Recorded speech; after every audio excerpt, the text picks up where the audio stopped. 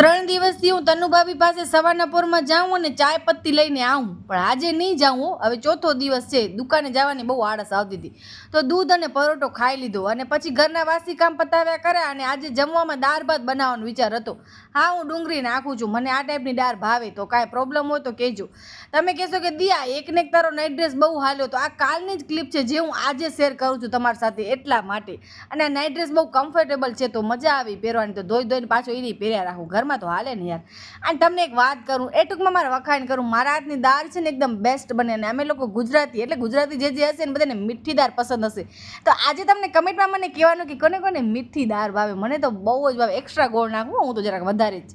બસ સરસ રીતે દાળનો વઘાર કર્યો અને એકદમ સરસ રીતે ઉકારી કરી અને 1:30 વાગે હું અને પતિદેવ જમવા બેસી ગયા. આજે 2-4 જ રોટલી બનાવવાની હતી ને મેં જમવામાં એક જ રોટલી અને થોડાક દાળ ભાત અને મસાલાવાળી છાશ લઈ લીધી. હવે મને બહુ બોરિંગ થાય છે, એમ થાય છે વિડીયોમાં થોડો બ્રેક લઉં યાર, કંટાળો આવે.